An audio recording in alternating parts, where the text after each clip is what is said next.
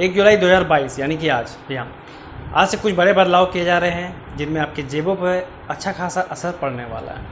आखिर वो क्या नियम है और क्यों जाना ज़रूरी है, अगर आप कुछ गलती करते हैं उसमें आपको क्या फ़ाइन लग सकता है, ये जानने के लिए ये वीडियो ज़रूर देखें। वित्तीय लेन देन से जुड़े 7 नियम 1 जुलाई यानी शुक्रवार से बदल रहे हैं।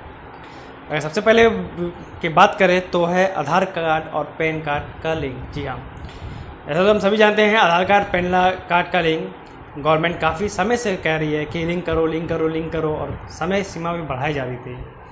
कुछ समय पहले तक यह फ्री था, पर पिछले 2 महीने से इसमें 500 रुपये का शुल्क लग रहा था, जबकि वो आज 1 जुलाई से अब इस पर 1000 रुपये का शुल्क लगेगा। यानी कि अगर आप आधार कार्ड और पैन कार्ड को लिंक कराना चाहते हैं, जिन्होंने नहीं कराया, तो अब आपको इसमें 1000 रुपये तक का शुल्क देना होगा। अदरवाइज़ मार्च 2023 तक लिंक नहीं कराने पर पैन कार्ड निष्क्रिय हो जाएगा, यानी कि इफ़ेक्टिव नहीं रह जाएगा, बेकार हो जाएगा। इसे इनकम टैक्स की वेबसाइट पर जाकर आप खुद भी लिंक करा सकते हैं। दूसरा, डीमैट खाता हो जाएगा निष्क्रिय। जी हाँ, अगर 30 जून तक आपने डीमैट खाते का KYC नहीं कराया है तो अब यह भी बंद हो जाएगा, निष्क्रिय हो जाएगा। यानी आप शेयर बाज़ार में खरीद बिक्री नहीं कर पाएंगे। शेयर आपने खरीद भी लिया हो तो आपके खाते में ट्रांसफ़र नहीं होगा, KYC पूरा होने पर ही यह ट्रांसफ़र होगा। यहाँ तक आपको याद होगा तो कुछ समय पहले ही गवर्नमेंट ने, यानी कि 1-2 महीना पहले ही गवर्नमेंट ने कहा था कि आपके पास जितने भी डीमैट अकाउंट हो, सभी में अगर आप KYC करा लेते हैं तो आपका डीमैट अकाउंट सलामत रहेगा। अदरवाइज़ डीमैट अकाउंट को बंद करा दिया जाएगा जिनमें भी KYC नहीं होगा। ये सिर्फ इसलिए ताकि आपके पास कितने डीमैट अकाउंट है, कितने आप शेयर खरीद बिक्री कर रहे हैं, उस पर गवर्नमेंट की नज़र रखा जा सके। पर अब इस पर भी अगर आपने KYC नहीं कराया है तो आपका डीमैट अकाउंट बंद हो जाएगा, और अगर इससे बचना चाहते हैं तो आप KYC करा लें। तीसरा बात करें तो सबसे अच्छी बातें हैं वो है क्रिप्टो करेंसी। जी हाँ, वही क्रिप्टो करेंसी जिसके बारे में गवर्नमेंट आज तक भारत सरकार की समझ ही नहीं पाई है कि आखिर है क्या, कैसे रेगुलेट होता है, कैसे काम करता है। ना ही गवर्नमेंट क्रिप्टो करेंसी की जिम्मेदारी ले पाई है। अगर लेती तो अभी जितना क्रिप्टो करेंसी डूबा है यानी गिरा है, उसके पैसे चुकाते गवर्नमेंट की हालत खुद खस्ता हो जाती। तो ये तो गवर्नमेंट की एक बुद्धिमानी ही थी कि उन्होंने क्रिप्टो करेंसी की जिम्मेदारी नहीं ली, पर 30% टैक्स जरूर थोप दिया था। जी हाँ, वहीं 1 जुलाई से क्रिप्टो करेंसी के लेन देन पर भी 1% का TDS भी एक्स्ट्रा लगाया जा रहा है। इनकम टैक्स डिपार्टमेंट के अनुसार इसमें सभी तरह की NFT और डिजिटल मुद्राएं शामिल है।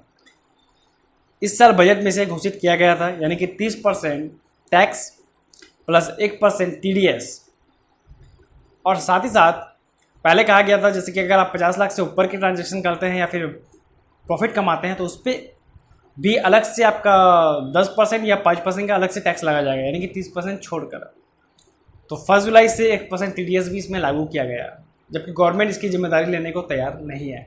और आज से 2 पहिया वाहन और AC खरीदना होगा महंगा। जी हाँ, जहाँ 2 पहिया वाहन की कीमतें में बढ़ोतरी की जा रही है, जैसे कि हीरो मोटोकॉर्प ने 3000 रुपये की बढ़ोतरी कर चुकी है ऑलरेडी, वहीं 5 स्टार AC खरीदना 10% तक महंगा हो जाएगा। और कुछ इस तरह के भी चार्जेस हैं जो बढ़ाए जा रहे हैं, जैसे कि आने वाले समय में यानी कि 1-2 महीने में ही 2 पहिया वाहन के लाइसेंस लेना भी कुछ महंगा होने जा रहा है। साथ ही साथ 1 जुलाई यानी कि आज से LPG गैस के सिलेंडर में भी कमी आई है, यानी कि 198 रुपये की कमी आई है।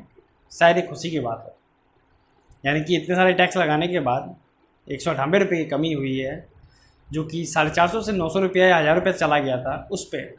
तो ये एक अच्छी बात है। साथ ही साथ गवर्नमेंट ने कुछ और नए रूल भी लागू किए हैं, जैसे कि इन हैंड सैलरी कम की जा सकती है, यानी कि बाकी की सैलरी आपको ऑनलाइन मिलेगी, ताकि इस पर गवर्नमेंट की नज़र रहे।